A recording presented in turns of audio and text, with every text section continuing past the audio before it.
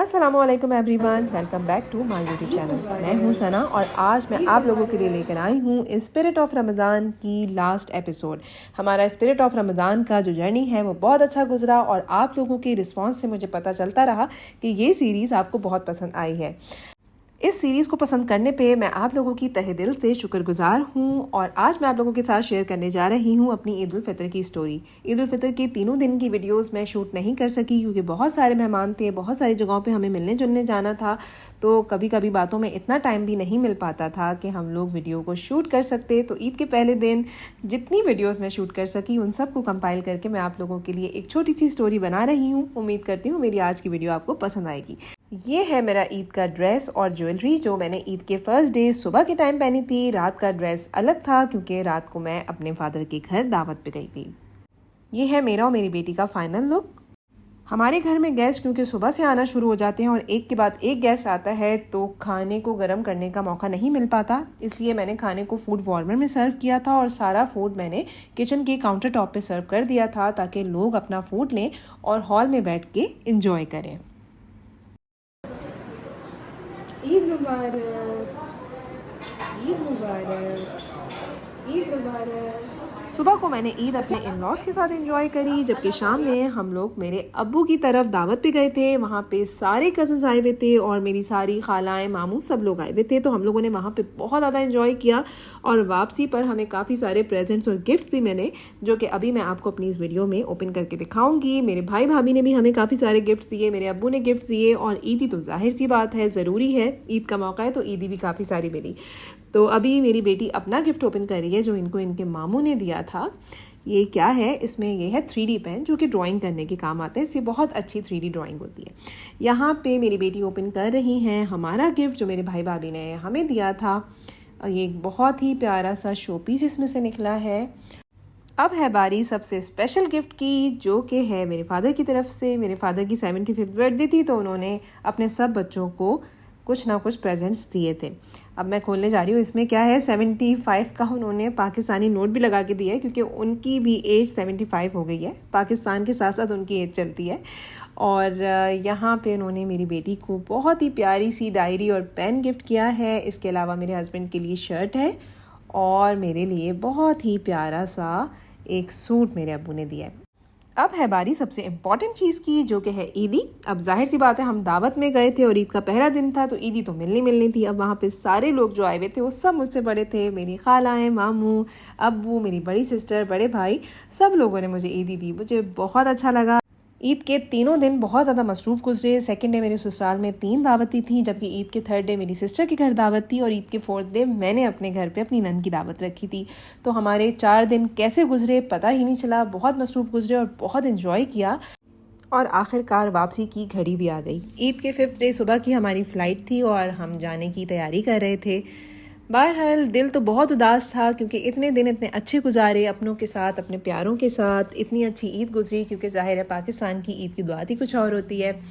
जितने उदास हम थे उससे कहीं ज़्यादा उदास मेरे father in law, mother in law थे क्योंकि हमारी और मेरे जेठ की फ़्लाइट एक ही दिन थी। घर में इतनी रौनक लगी हुई थी और फिर एकदम सबके जाने से घर सूना हो जाता है तो जाहिर सी बात है वालदैन को ये चीज़ बहुत ज़्यादा गिरां गुज़रती है और बहुत ज़्यादा फ़ील होती है। हम लोगों ने अंकल आंटी को खुदाफिज कहा और फिर उसके बाद एयरपोर्ट के अंदर दाखिल हो गए। जाते जाते हमारा दिल काफ़ी गम से बोझल था, लेकिन क्या करें, जहाँ पे हमारा रोज़गार होता है हमें रहना तो वहीं पे होता है। आखिरकार वापस जाना भी तो हमारी मजबूरी थी।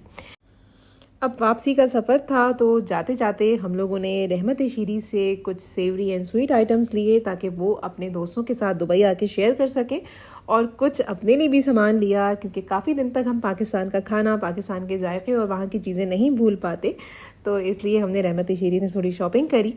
फिर उसके बाद हम लोग अपने प्लेन की तरफ चल दिए। ये है हमारे कराची एयरपोर्ट का अंदरूनी मंज़र। कराची एयरपोर्ट पे बहुत सारी सुवेनियर्स की शॉप्स भी हैं। अगर आप लोगों को कोई गिफ्ट्स वगैरह लेने हैं तो आप यहाँ से ले सकते हैं।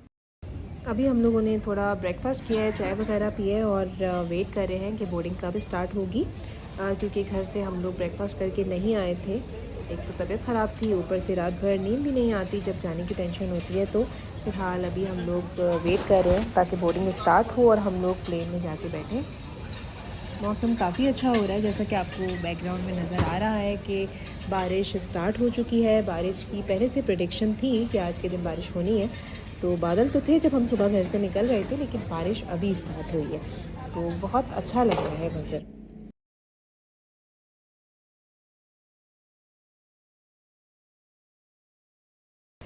फाइनली बोर्डिंग स्टार्ट हो चुकी है और हम लोग प्लेन की तरफ जा रहे हैं। जैसा कि आप लोग देख सकते हैं कि कितना प्यारा मौसम हो रहा है और बहुत खूबसूरत मौसम हो रहा है। बस अल्लाह ताला से दुआ है कि साथ खैरियत के साथ हमारी फ़्लाइट उड़े और खैर खैरियत के साथ हम लोग अपने घर की तरफ पहुंच जाएं। वापसी का सफ़र हमारे लिए अल्लाह ताला आसान करे। मौसम बहुत ही खूबसूरत हो रहा था और बारिश तेज़ होती जा रही थी। हम लोग प्लेन में जाकर बैठ चुके थे।